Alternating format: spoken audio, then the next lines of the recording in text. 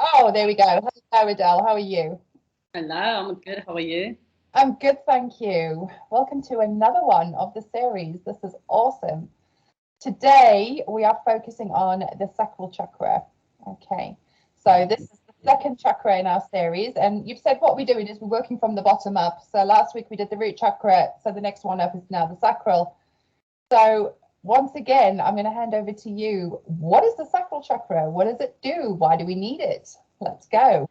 So again, I'm going to just say the way I'm describing is from my experience. Yes. Okay, just so everyone understands. I'm not talking from a point of knowing all. I don't know, but I know what I've been shown and what I've learned, and I'll go with that. Okay. So the sacral is it's a very warm, feminine sort of energy. So it is part of the feminine. The symbol to it is the lotus flower. Mm-hmm. Just to me, it's beautiful. I always think about it as delicate, but although it's not a delicate flower, it's quite strong and when you sturdy. touch it, it's quite hard and dull. Yeah. So it shows again, it's the two sides. It connects with water, Mm-hmm. and I always say if you want to know what your lotus looks like, the best exercise to do is go in a meditative state, and then ask or look at your sacral and what the flower looks like. What sort of water does it sit in? Is it muddy? Is there water? Is it too watery? Is it covered in water? What do you see? Is the leaves all fresh and everything? Look at that, and that is symbology for whatever you're experiencing in your life. So that's going to be the same as the tree for the root. So whatever we see when we do our tree root visualization, and this will improve over time as we improve the chakras as we heal them. Yeah, what you can do is visualize your tree and then visualize the lotus within the tree or underneath the tree in the water, whatever you want to view it as. But that connects, they all connect together. Again, like a little garden. Yeah. So, so the lotus, the color associated with that is orange as well. So orange foods, orange colors, if you want to wear orange, looking at orange, all sorts of stuff like that. What does orange make you feel like? How do you connect with it? Some people I've met in the past, they feel sick when they look at it. That means something. Some people hate orange, they can't stand it. Other people love it. So again, it tells you a little story about your chakra or the energy field that you reside in and how you connect to that energy field.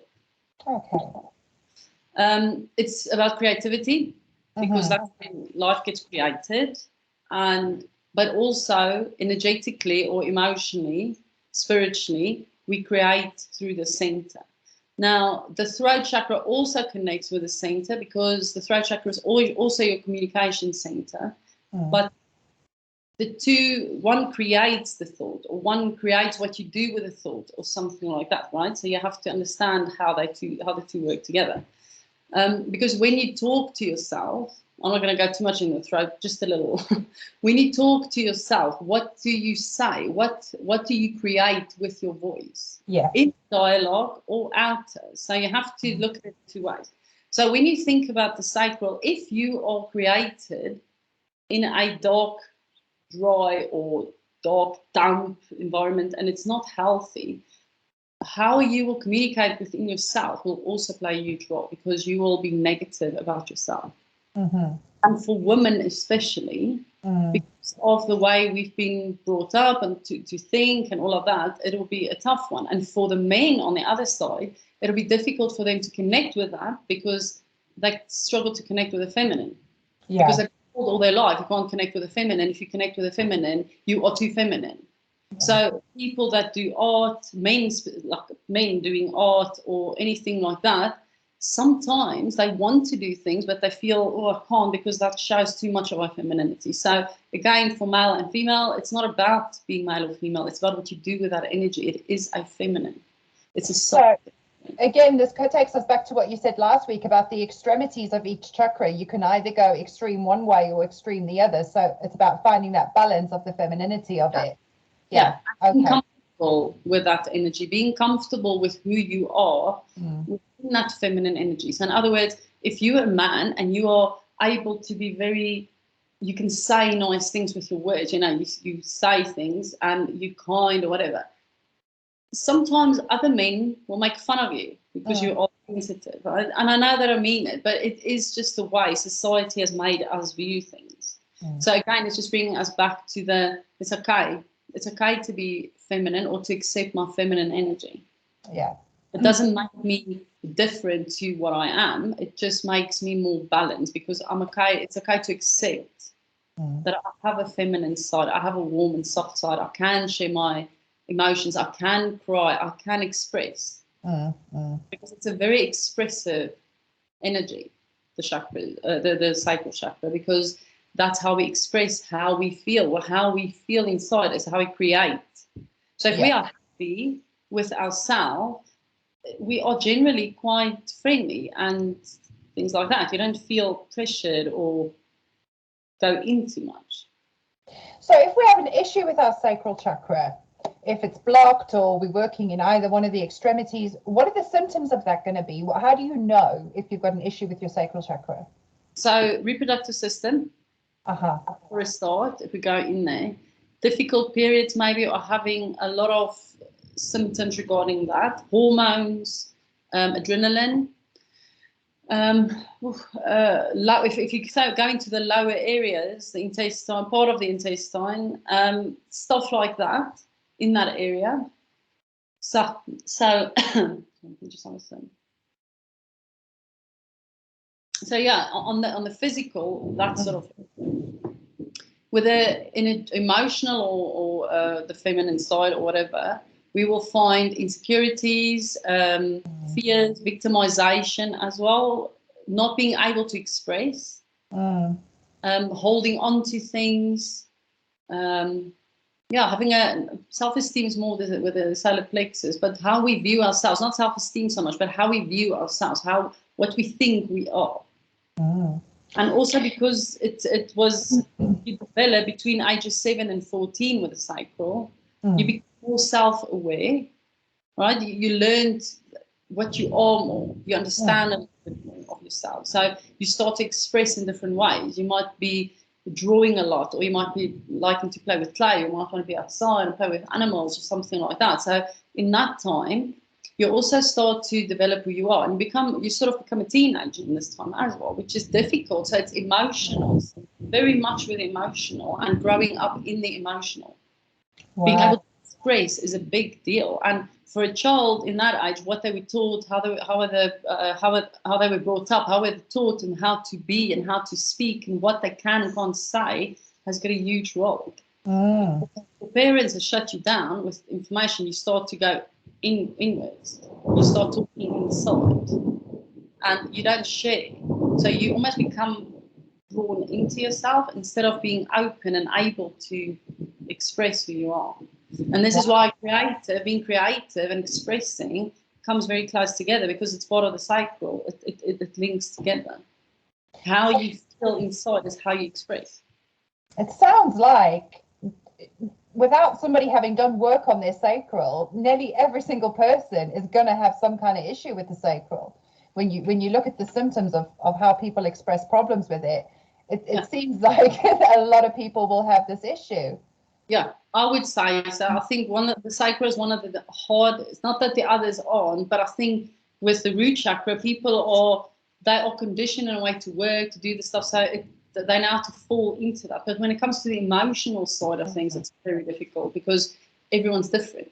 So some parents are warm and inviting and open. It's easy to talk to them. Other parents shut you down. So again, it's learning now, after understanding what the sacral is, to embrace that and become more open, but being comfortable with that as well. So this is how we fix it. This is how we balance it, is learning to embrace our true selves, like we did with the root chakra, and expressing ourselves in a healthy way, in a balanced way. Yeah. So the next thing I want to say about expressing is the words we use. So again, like we create what comes out here, what the throat and the voice express. So we create in the sacral because that's how you feel. That's how you love yourself. I always see it as like a warmth, almost like you're being covered and protected. So if you are not covered and protected and don't feel safe within yourself, it's difficult. You don't know how. So you lash out, all sorts of things. You feel insecure, you feel like you can't say what you want to say, all sorts of stuff like that. So the other side. But then the positive, if you are happy and warm and stuff, you express. You can tell someone, oh, you look good, all this stuff. So jealousy is also running with that a lot, because if you don't feel good about yourself, say, for example, as a woman or a man, actually, you can feel jealous of someone else, and you can be threatened by them because they make you feel uncomfortable, because they show you something that you want to be, but you're not. Right? Yeah. So again, when we are happy here, we accept people more. We don't look at them as a threat. We look at them as someone we can learn from, or someone that can inspire us.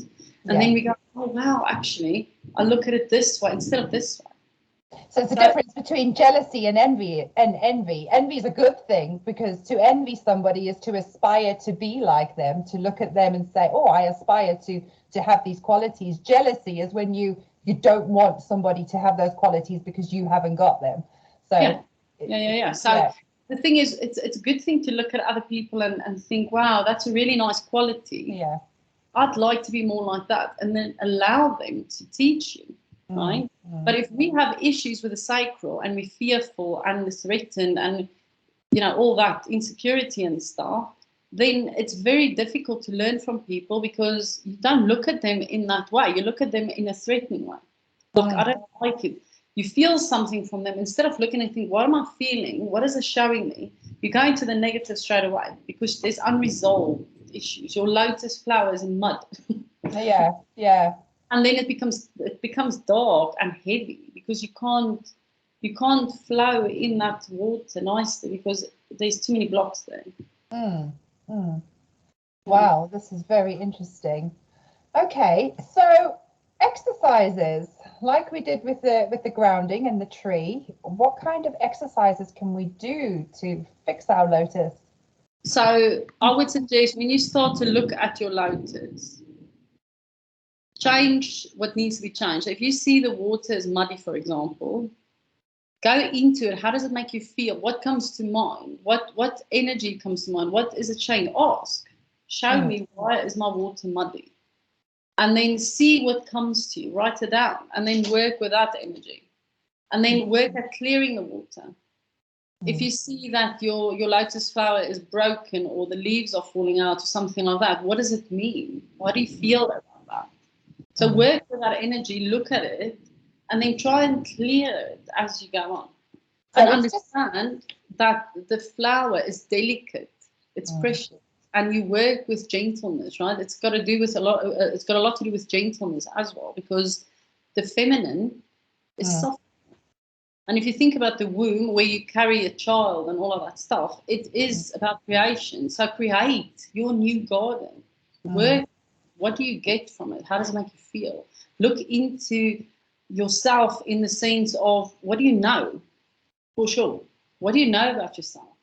Not what other people says. What do you know? Look at yourself, and a good exercise to use as well. A4 paper, do a line in the middle, write down your positives and your negatives. What's your positives that you know? Not what other people have told you, what you know for yourself. And what's the negative that you definitely know for yourself? And start to look at creating a better cycle with that. So if you notice, for good side, I'm a very giving person. Am I balanced with it? Yeah.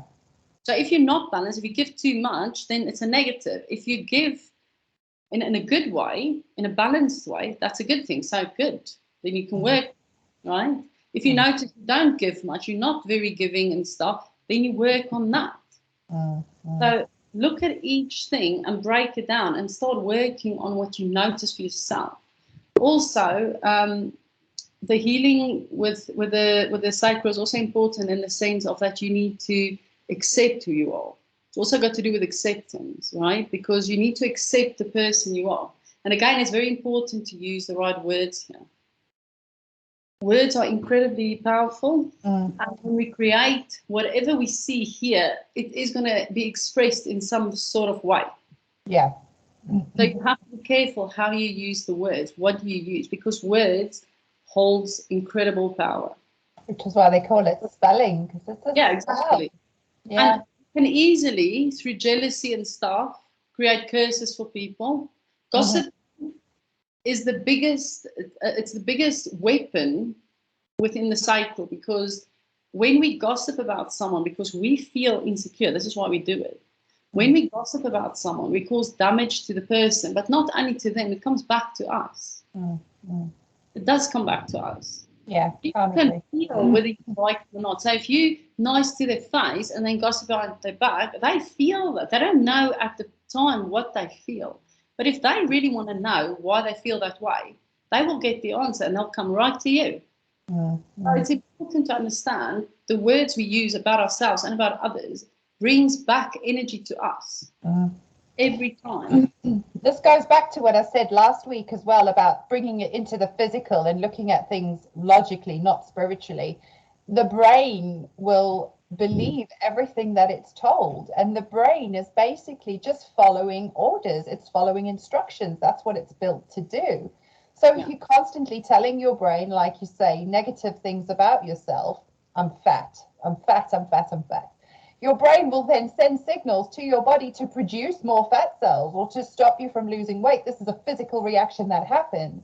So if people can understand that it happens on a physical level as well as a spiritual level, they can understand the importance of words and what we say, because they're instructions to our brain to deliver on that. Yeah. So I would say an exercise definitely to use with that is when you create, remember the words you use, and how, and remember the balance in it. Remember that you have two sides. All of us have two sides. You have a positive and a negative, like a battery. So if you feel particularly low one day, you have to be careful with your words. You have to rather be more quiet, spend more time just being, instead of trying to lash out in your mind, because we do this all the time. We get angry and you're like, you lash out in your head. And it is like putting something in your brain with loads of little blades and just going in your brain, which breaks you down. So you feel worse. So how do we create the difference then between what I usually tell my clients and the way I work is I work with suppressed emotions and suppressed feelings, which we know are incredibly dangerous. So if we're trying to be aware of our words and what we're expressing, like you say, if you're having a bad day and you're feeling negative, what's going to be the best way to expel these emotions without saying the negativity, without expressing it? I usually suggest to my clients to write a letter to whoever it is or to whatever it is that's causing them a hard time, because this allows you to release the emotion, get it onto paper and burn it, therefore getting rid of them. So it's a symbolic thing anyway.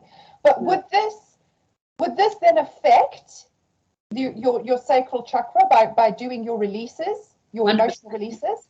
Yeah. This would have good. But also sometimes we need love. The reason why we feel angry or sad, usually it is a lack of love. It always comes down to that. We don't feel supported. Yeah. And when we are upset or angry or jealous or whatever emotion we have that's really strong, we have to take hold of our emotion and actually look at it and think, what is throbbing here? So this is emotion. What is this? Why am I feeling like this? Take it out in a way and look at it and think, and look at the bigger picture around it. It's this thing that I'm dealing with here. Is it causing me upset in my life? How is it affecting me? So again, like you do the list about yourself, do a list about things or people or whatever in your life and see how they all fit in. Don't take too much. Then look at it and love yourself enough and go, do you know what? I love this person, but they don't love me. And if they don't love and respect me, how can I keep that in my life? Yeah. So sometimes we have to look at situations and make changes. And I think that's where people get stuck a lot, because they go into it and then it's uncomfortable because they have to make a change.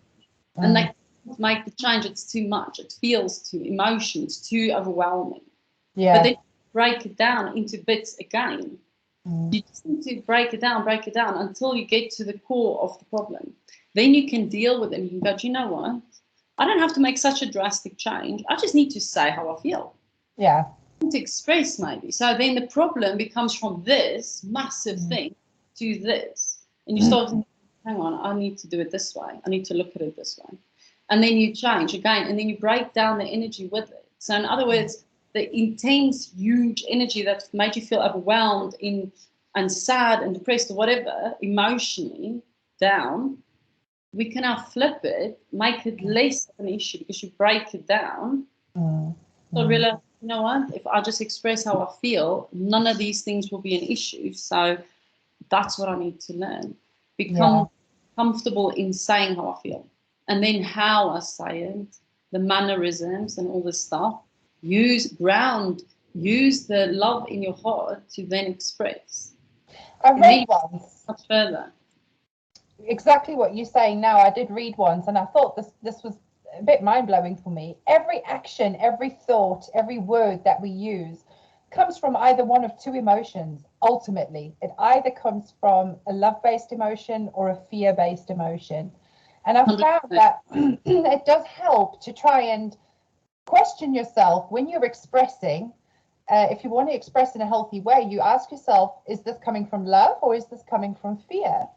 You know, because sometimes we try and help people and we call it tough love, which tough love is great. But is that coming from a genuine concern from the person or for ourselves or what we're doing? Or is it coming from a fear of not getting what we want or them not doing what they're supposed to be doing? So, yeah, it's nice to balance that out and question yourself. Is it love-based or fear-based? Yeah, exactly. And that is, like I said, those are the raw emotions everything boils down to. People that are afraid of losing the relationship, it's based on fear, because of fear of being on their own. A lot of things break down into fear or in love. And the thing is, sometimes the two gets twisted because sometimes you love someone, but the fear of losing them will allow you to cope with things you shouldn't. And that kind of brings you to, you're not strong enough. It's about your own strength. In other words, you don't realize your potential. You don't realize your purpose. You don't realize who you are, your full potential. You don't realize. And this is also what the chakras come back down to, because if you realize your full potential, who you are, you won't put up with that. And you won't fear losing that relationship, because you realize, you know what, I will get better because I'm a good person. I can do this.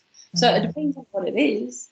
You can make a change. It can be a job. It can be a relationship. It can be family, the way they treat you, anything like that. Change. And then the thing is, if you learn to express, it might dissolve some of those issues, because then you can say, if it was a family member, for example, you can say, you hurt me, blah, blah, blah, blah. They might go, oh, I'm so sorry, I didn't realize. And then the issue is resolved.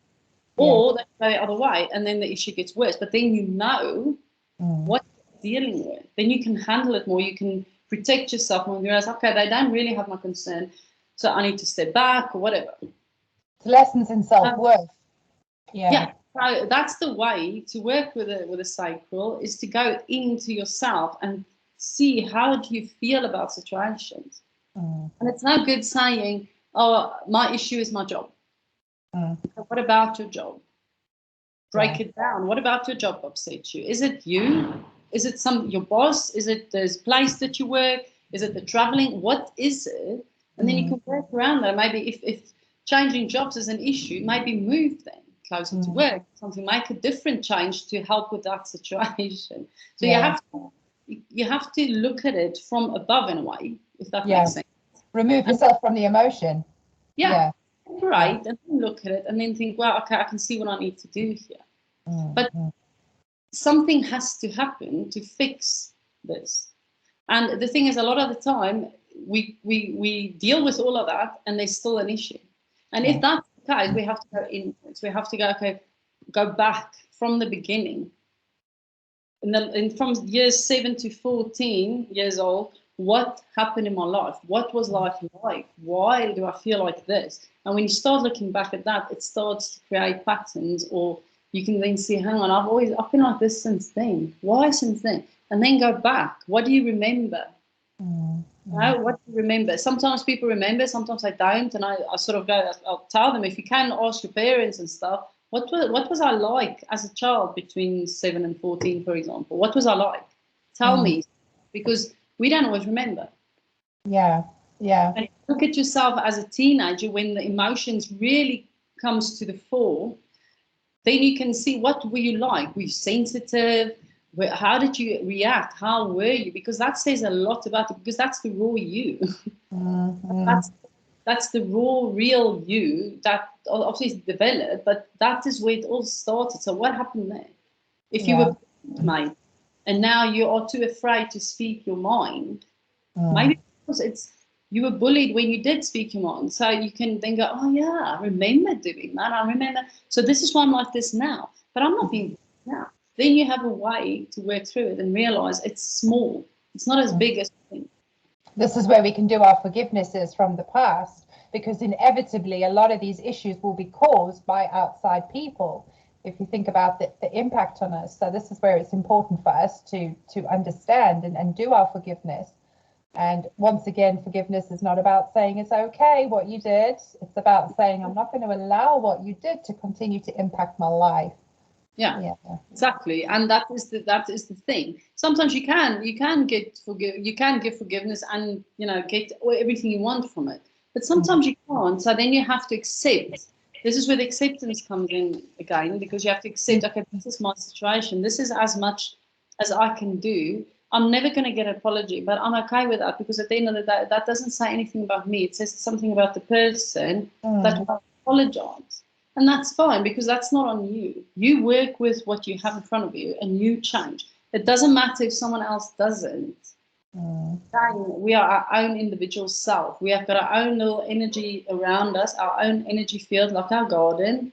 And what we have in there is up to us. If we want to be there all the time or have a little pity party, that's fine, that's your choice. Yeah. But remember, if you have that, you're probably going to have less people in your garden. You're probably going to have less flowers and stuff growing there, because that's the space you create. But if you take what happened in your life and think, I'm going to be a better person because of these things, I'm going to treat people in a better way because I understand, that's where the compassion comes in. Because again, compassion is also very closely linked with the sacral, because it's soft, it's warm. Feminine. Yeah. So again, down to a choice. Am I going to be a victim? Am I going to be a survivor? It's our choice, our individual choice. How do we deal with this? And think about it as well. It's very closely links to the love side of us. So how am I going to be? Am I going to be a loving person for all? Am I going to be a loving person only for me and what I want to, who I care for? So again, it's how we use that energy. So you develop it, right? And everyone loves you. You're a happy person. Everyone thinks you're amazing. But what is your intention with that? Are you truly doing that for the greater good, to heal the world and to make a better mark on the world, or are you doing it for likes or stuff like that? Again, this will tell what's in here. Is it love-based or fear-based? Yeah. No, good people have like 1 million likes on Twitter or Instagram or whatever, but in reality, they're not really that person that they try and be. So we have to be real. There's no point not being real to yourself. If you're not real to yourself, you're lying to yourself, which means absolutely nothing. You can work, you can do all the courses available. And if you don't actually apply it to yourself, it won't work. You have to be that, what you teach. You can't go, oh, I'm a spiritual person, I'm so happy and stuff. And then when you go home, you are a tyrant and you are miserable and depressed and stuff. I know of spiritual people that's done that. And it is purely because they feel that they're carrying the world on their shoulders and they become resentful. Because they're not doing it for the right reasons, or they're forced into a situation and now they don't want to do it because they don't feel it. So it is, again, you have to be real. What are you doing it for? And also to create that difference as well, when you say about people carrying the weight of the world on their shoulders because of this job that they're doing, it's very good to try and differentiate between, especially with empaths. Empaths absorb so much emotion from the people in the world around them. So what is yours? What is theirs? And you've got to make that differentiation, haven't you? So you can deal with it. Yeah, and I think with the sacral, if your sacral is very balanced or well balanced, I would say, because remember, it's not always the same. One day it can be really balanced and the next day it can be on the floor. That's just life. You have to try and go, okay, get up from the floor. You have to build on it. So it's never the same, but it's being able to look at every situation and go, you know what, I'm going through a tough time. Just because I'm a healer or someone that cares for people or everyone thinks I've got it all together, doesn't mean you have to have it all together all the time. It's okay to sometimes need people to give you love and support like you do to them. Sometimes we need that. We need to feel part of something, or feel that we also mean something, because spiritual people work a lot for other people. So it's being big enough to accept, I need some love and guidance now. It doesn't mean, oh, you've lost your ability now, you can't look after yourself. No, we carry each other. This is the cycle of lessons. Whether you're spiritual, whether you're a healer, it doesn't matter. We all come here to experience the same different lessons, but in essence, we all come here to experience lessons. And that is going to have that duality. You've got to have the negative to understand the positive. You've got to experience hate to understand what love means. So we all do, absolutely. And I think the best thing is exactly what you say, just being real about it and expressing your feelings on, look, I'm feeling really crappy today, and let's talk about it, let's fix it. You know, how do I learn? What's this teaching me? Like you say, what is the situation teaching me? So definitely it's a very mature chakra, but it's also not, because in one side it's a very mature chakra and very almost like serious, but on the other side it's creative, it's fun, it's playful, because it's also very young in a way, because the development happens between 7 and 14. What are kids like in that stage? They're quite free, right? They're fun. I don't really know who they are yet or anything. They're developing, they're learning. Oh, I like this color. Oh, I like that food. I don't like that food. They are curious. So if we look at that, we can't lose that. All of us, we have to be happy with what life is. And this is the thing. People look at life in a very negative way. They hate life in a way. But we embrace it to actually see the beauty and everything else with that. So it is trying to find, okay, life can be tough, but it's also really look outside. Nature, people laughing, people playing, look at children and how innocent they are and how simple life is for them, and look at them and think, I should get that back, because that is still within us.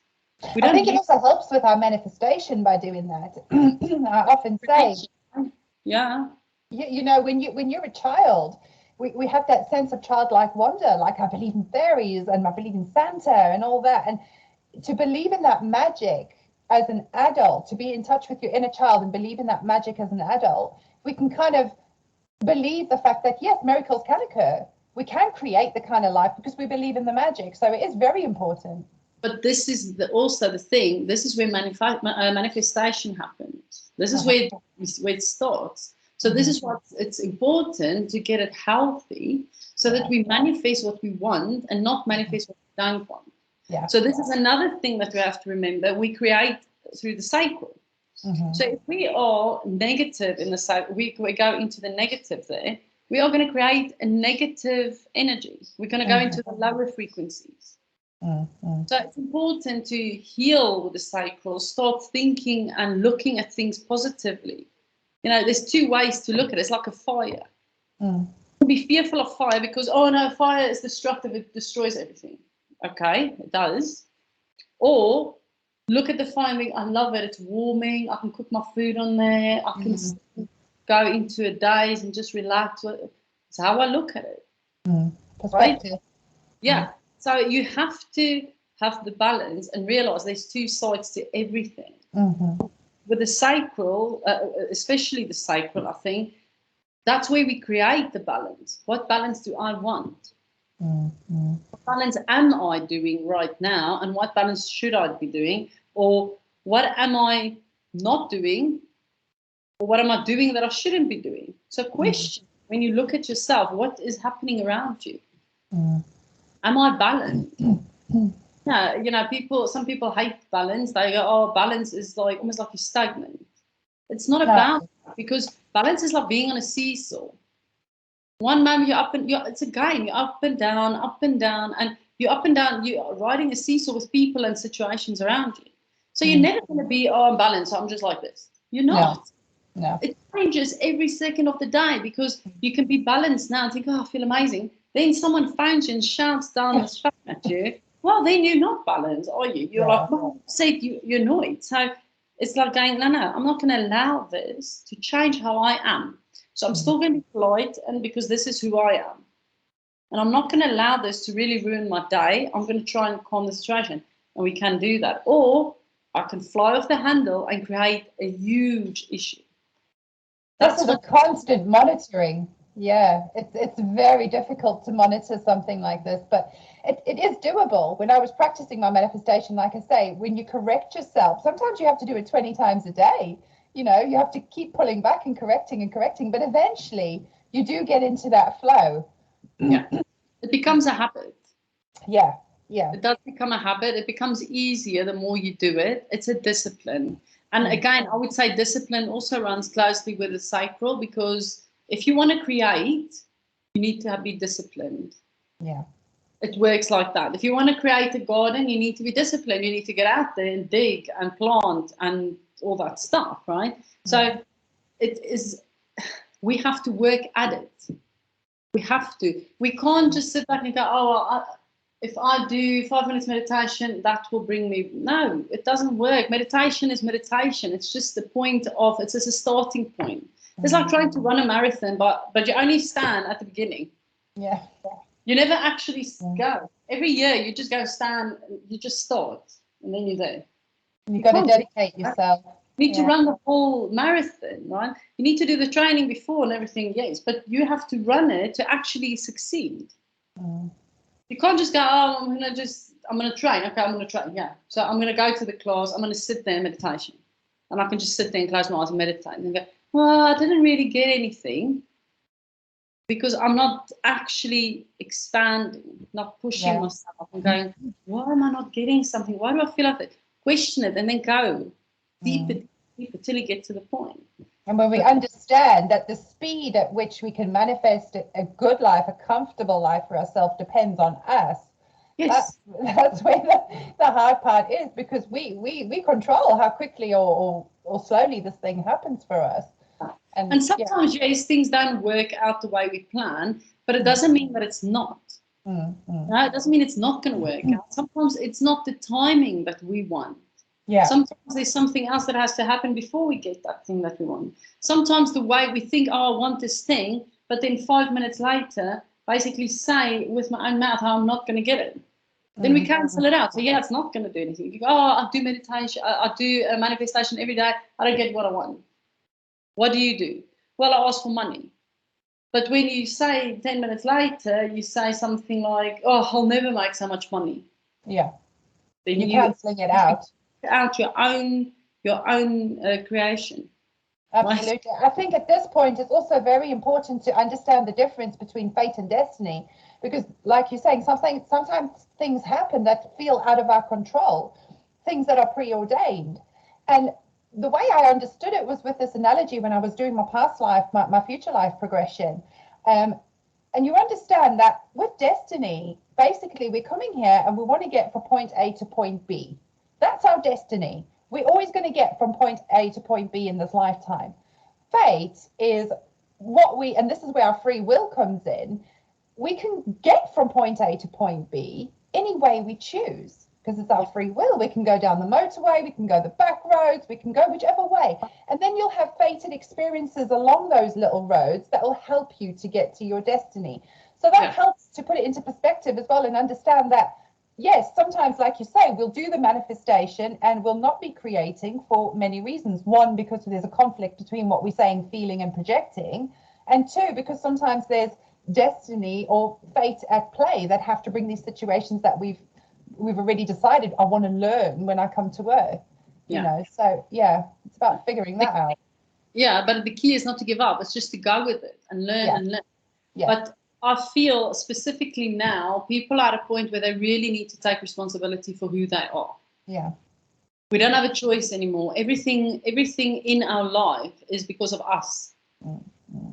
You know, people complain about the government, they complain about this and this and this. Well, we've allowed that. So we've created this, okay? So now we need to go, okay, we actually need to become responsible now and look and think, okay, get involved.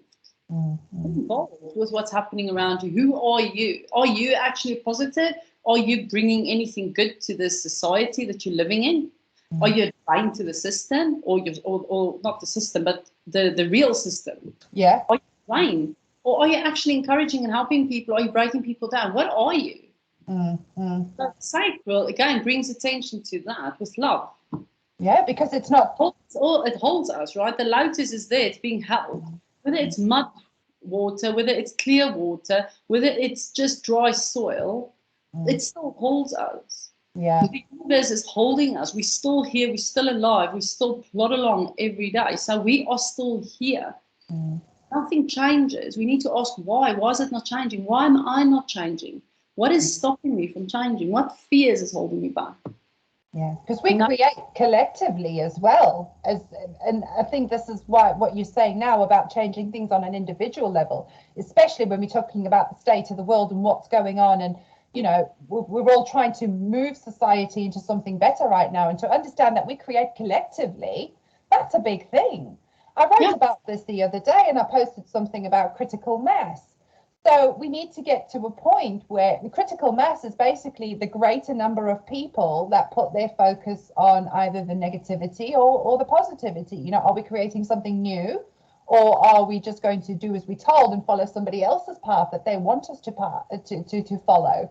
So exactly what you've said now, but how can I help the collective? You know, this is such a big task to change the world. Well, actually, no, it's not. If you do what you said, we start with ourselves as individuals, you know, and that's key. I mean, it's for us to look at think, oh, they need to change that. Yeah. But they would change that if you change. Yes.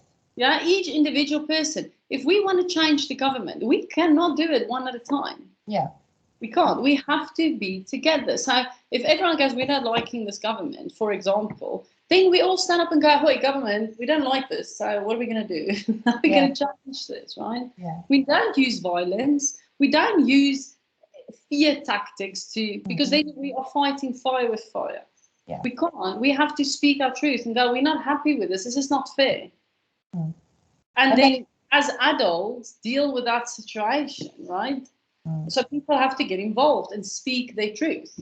But to do that, they need to know who they are, because how do you speak your truth when you don't even know what your truth is? So this goes back to the root chakra again, being sovereign, understanding who you are, being grounded. Yeah. What feeds that is all the other chakras at the top. Because the root is only the root. The root doesn't hold all the information. Yeah. The other chakras has all their role to play. The root keeps us grounded. Yes, keeps us here. Yeah. But the higher chakras actually makes us do things or creates things or shows us what we want. And, you know, so you can go higher and higher, deeper and deeper and deeper. And the deeper you go, the more rooted you become, because the more you love life. You know, if you deep rooted, you want to live, you want to be here, you want to get up every day and look at the sunshine or the rain or whatever. Everything is beautiful, and we have to see it, and then we can only see it really with a sacral. So interesting though, also the root chakra deals with taste, and the sacral deals with smell. So if you think about taste is Cleogustin, and smell is clairvoyance. They run closely together. Wow. Okay. So if we think about taste, you can tell a lot through taste. You can tell a lot through smell. This is why it's easy. Some people like the smell of someone. And then some people you don't. Why? Yeah. That means something. So we can use that as well when we develop taste and smell. That's a sense. The more we can develop that, the more information you get. Wow. When you smell a perfume, why don't you like it? And if you smell someone wearing it, why don't you like the smell? What is it? So how am I going to get on with this person? Not just with the perfume, but it's about the smell. Why am I not liking the smell? What is it telling me? So when you want to go on a date and you think, oh, I don't like the aftershave, chances are that's a sign to go, oh, you know. They've always said that. There's that old saying: if you don't like the smell of your partner, then they're not the one for you, because your body recognizes it's a physical way. You. The same with taste, right? Our body tells us what we need and what it doesn't need. Yeah. And sometimes we get confused because people go, oh, I like sugar, so that's good for me then. Maybe your body is telling you you're craving sugar because you're unhappy.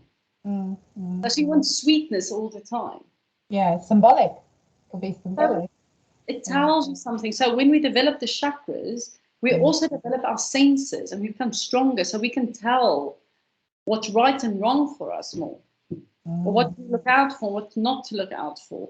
When you go outside and you're like, oh, I don't like this smell. I don't know, what is this? What does it tell you? What does it make you feel like? Or you smell a smell and you're like, oh, I remember that as a kid. And it brings stuff and memories. Why does this all happen? It's because it's showing us things. It's teaching us here small little bits every day. So if we start tapping into all of that, life becomes beautiful and colorful and full of interesting stuff, because you look at birds. What does it sound like? What do they look like? What do they eat? Why is this bird here all of a sudden every day now? What is it? All these things telling us. So when we connect with the sacral and that compassion and empathy for the world and ourselves, we feel home. The tree, the food becomes beautiful. It has more substance. So yeah, we've got the root, and now we've got a little bit more, which gives more substance to this energy we have. So what are we going to do next, right? So if we're going to go with the next ones, I'll tell you next time. I'm excited. I'm starting to see now how everything is connecting together and how the one builds on the other. And I'm starting to form that picture now. It's becoming a lot clearer. I can't wait for the next one. What are we doing next week? So the solar plexus. Solar plexus, self-awareness, the gut. I think the solar plexus is probably one of the most developed because people know about the gut. So they don't know about the other chakras. Mainly people know about the solar plexus. When they go, oh, trust your gut. You're always told, trust your gut. Yeah. So they are the mostly developed, the gut, the solar plexus, because that's what we know. So people will have a lot of understanding with that, because there is a lot more we can relate to, because we've been more open to it. No matter what your background is, it's always about the gut. So even though you have a Christian family that don't want that or whatever, they always talk about the gut as well. And then on physical, also gut flora and what that all means, and how our attitude can poison us, really. So yeah, or how we working with everything together, how it can actually affect us, because your stomach is obviously linked to the solar plexus. So irritable bowel syndrome, all that sort of stuff, irritations. What is irritating you? Stuff like that, you know. So when you go into it deeper, you can see in front of you what is holding you back. So yeah, next week, solar plexus. Amazing. Thank you so much. I'm really starting to build a picture now and starting to understand. And I've been doing the exercises from last week, which they've really, really helped me. And it's funny you should say about the taste and the smell, because when I was poorly a couple of weeks ago, obviously I lost my smell and my taste. And since I've been doing these exercises, it's been coming back now.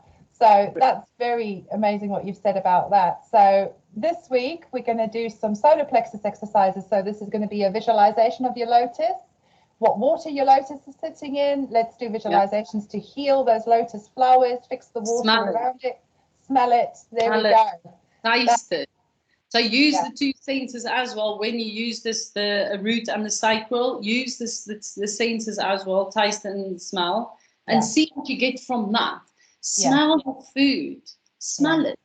When you pick something from the shop or whatever and you cut it up and smell it, what does it tell you? How does it make you feel? The color, what do you see? How does it affect you? So yeah, put it all together. Start to use what's around you and live with that, because that is real. That is what's real. That's raw. Stop worrying about, what people think or whatever. Go with what's here in front of you for now. So orange food this week. Absolutely. Yeah, and wear some orange. See how you feel. Yes. I should have worn orange for this today. I'll try and colour coordinate for next week. What colour are we working with next week? Solar plexus. Yellow. Okay, we'll try colour coordinate if we can. That would be great. Adele, thank you so much. As always, it's been incredibly insightful. I'm very grateful for these talks. So I look forward to seeing more next week. Enjoy playing with the lotus. I will. See you soon. Have a good week. Love you loads. Love you loads. Bye. Bye.